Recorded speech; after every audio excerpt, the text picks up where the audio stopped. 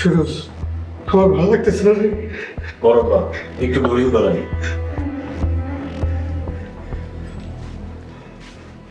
আব্বা কেমন আছো তোমরা? সুরজ, তোর কেমন আছিস? ভালো না, খুব কষ্টে আছে। এই তো গাছের সময় হইলো। আব্বা, তুমি বাড়িতে নাই, ছোট আব্বা এখন বড় কর্তা। ছোট আব্বার হুকুম ছাড়া কিছু করা যায় না।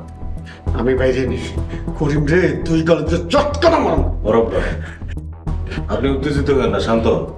আমার মেয়ে আমার জেলে দিছে, এই দুঃখ আমি কারে কমু? আব্বা, তোমার এক মেয়ে তোমার জেলে দিছে, আমি তোমার আরেক মেয়ে তোমার মুক্ত করে লয়ে যাবো। হ আব্বা, তুমি কোনো চিন্তা করো না। আজকা আমরা উকিলের লগে দেখা করুন। যা করার তাড়াতাড়ি করো, বড় আব্বার প্রেশার বাড়ছে, এখানে সে টিকতে পারতেছে না। এই যে আপনাদের সময় শেষ। আব্বা তোমরা চিন্তা করো না, আমি 2 দিনের ভিতরে তোমাকে মুক্ত করে লয়ে যাবো। আব্বা আসি তাহলে, আসসালামু আলাইকুম।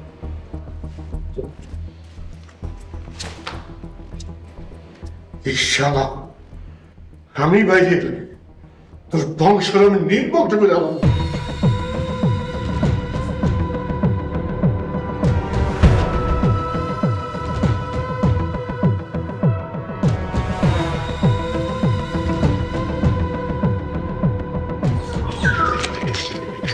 ওরা আসামি করে জামিন করাইব না তো? আমার উকিল জামিন নিতে দিব না।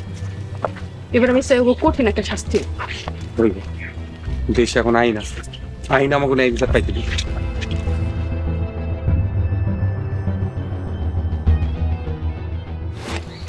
ফিরে উকিলের লগে তো কথা কই আইলাম।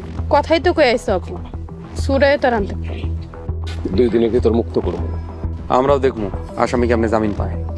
মোরলরা যা চাই তাই হয়। তুমি হয়তো ভুলে গেছো আপু, মোরল গা আগের দিন আর নাই, দিন বদলাইছে। রিমা, তুই যা করতাছস সবকিছু মনে রাখিস।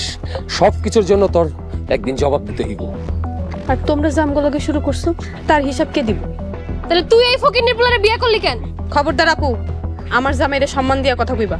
রিমা, দেখো পারিবারিক শিক্ষা নেই, তাও কাছে সম্মান আশা করা ঠিক না। চল।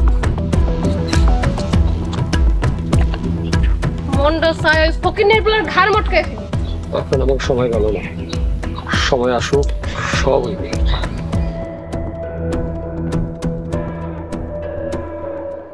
Order, order, order. আদালতের বিচার কার্য শুরু করার জন্য অনুমতি দেওয়া হলো।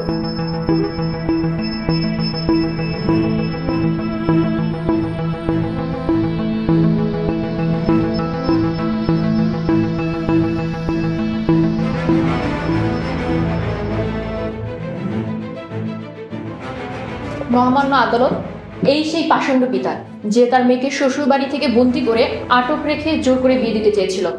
আমি তার সর্বোচ্চ শাস্তি কামনা করছি।